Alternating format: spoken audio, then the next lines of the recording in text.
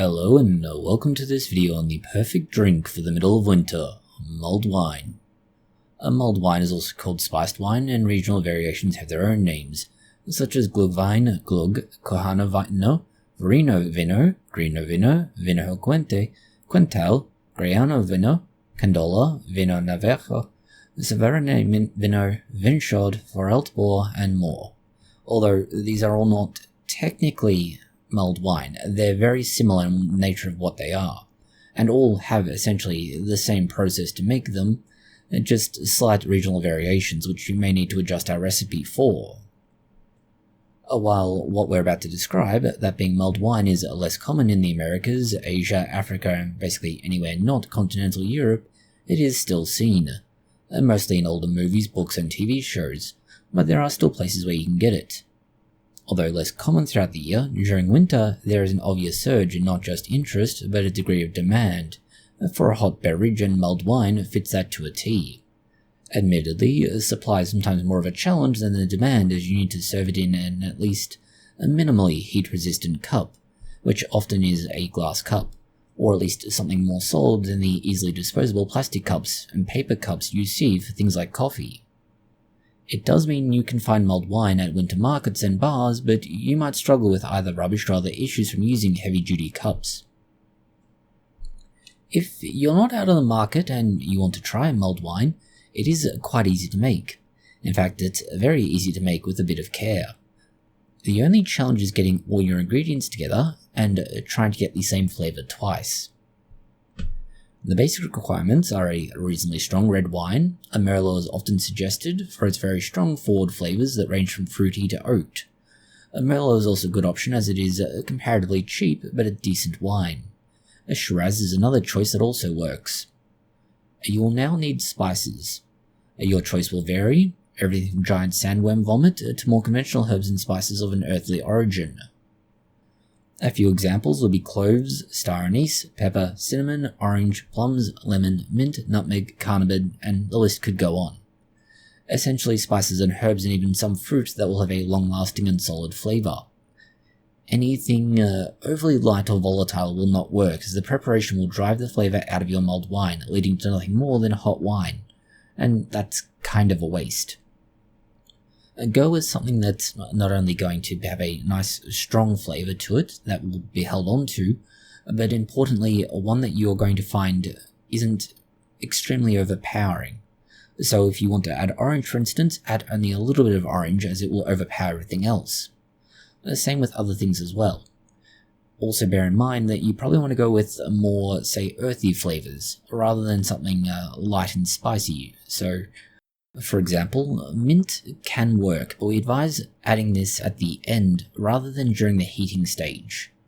Or, for example, something like chocolate mint can do the same thing, but you can add this towards the end of the heating stage rather than at the end. The first thing you're going to need is a pot, rather obviously.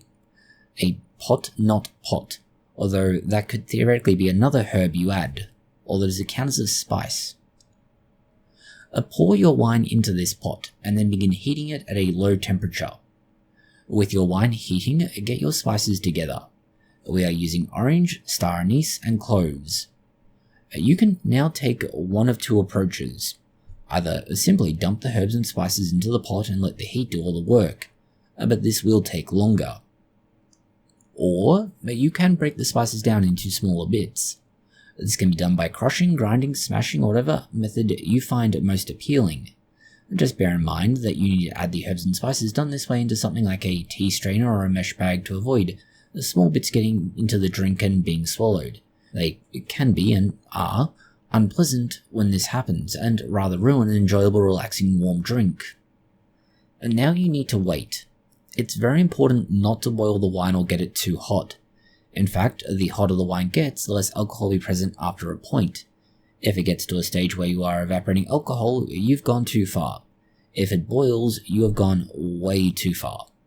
However, if you wish to create a low to nearly no alcohol version, heating your mulled wine up to about 90 degrees Celsius or 194 Freedom units should work, but it will have some effect on the final flavour. If you boil the wine, it will develop a bitter or sour taste that is not easily covered up, and you are almost always better off throwing away your attempt. With the wine warming and your herbs and spices prepared, add them to the pot. Continue to gently heat the mulled wine for between 30 and 60 minutes, stirring occasionally. The smaller the herbs and spices pieces, the quicker the flavour will be imbued to your mulled wine, and so longer times with smaller bits means stronger flavour. Further, the warmer the wine is while being infused, the more flavour that will be drawn out. However, more heat will to an extent, let's say, drive off that flavour to an extent.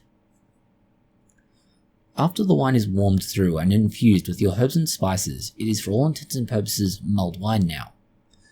At this point, you can choose to add things like sugar, honey, or similar sweeteners. If going this path, add very little. For example, if you're using the standard bottle of wine, or roughly the equivalent of, you have 750 milliliters or 26 ounces of wine. To this, you should add no more than 3 tablespoons of sugar, if not significantly less. If using honey, you're about half this amount. So for 1 standard bottle of wine, it's about 1.5 or less tablespoons of honey. Stir this in while the wine is still freshly warm from the pot. That will allow it to dissolve properly without any grainy residue left over. Now pour your mulled wine through a sieve or similar as a precaution. It seems that no matter how careful we are, some of the herbs and spices will make it through the cloth bag, tea infuser, or any other device or method we've used to avoid it.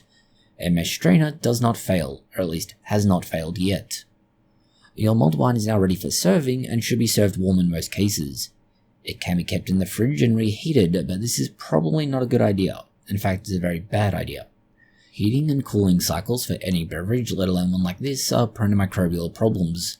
And, well, mulled wine is nice to drink on the way down, it is very unpleasant on its way back up. You should now be able to spend your Christmas pretending you are in a family movies from yesteryear when times were better and life was simpler. Or just enjoy a nice warm drink while relaxing in the middle of winter. Thank you for watching this video. If you found it interesting, consider liking, sharing, and subscribing. And please do post any comments, questions, or suggestions you have below.